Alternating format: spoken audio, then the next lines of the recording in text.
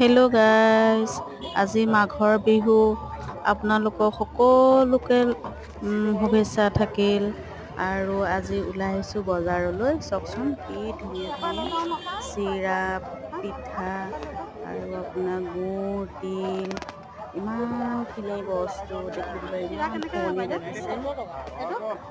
বহুত কম দামতেই আজি মানে পাইছোঁ। বিহু বুলি আজি ফুৰাও হৈছে আৰু বজাৰো কৰা হৈছে। চাওকচোন গাইজ, ইমান ভাল লাগিছে।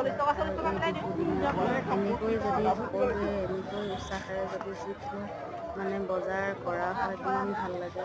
এয়া চাওকচোন, মই চিৰা লৈছোঁ। এই বাইদেউগৰাকীয়ে মোক দি আছে, লগতে মুড়ি আৰু ইয়াত গুড় আৰু অলপমানকৈ মানে তিলো লৈছোঁ।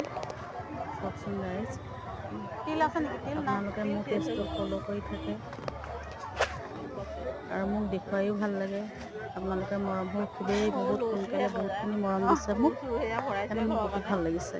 সেইকাৰণে মই নিজৰ ফালৰ পৰা মোৰ বহুত উৎসাহ যে আপোনালোকে প্ৰতিটো বস্তু মই আপোনালোকৰ ওচৰত দেখুৱাম, জনাম। যিকোনো বস্তু হওক আপোনালোকৰ ওচৰত মানে শ্বেয়াৰ কৰি থাকিম। ভালো লাগে তেনেকুৱা আৰু ইমানেই আৰু।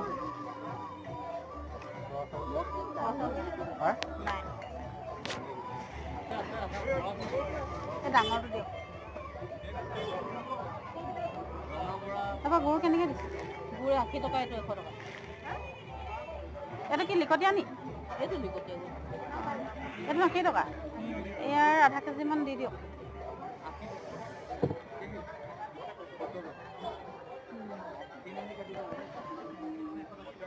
বিশ্বাস নাই মানুহ। আধা কেজি জুখি থোৱা আছে। অঁ হ'ব। কিমান হ'ল এতিয়া? 160 টকা। হা? 160 টকা। 160। বেছি নাই।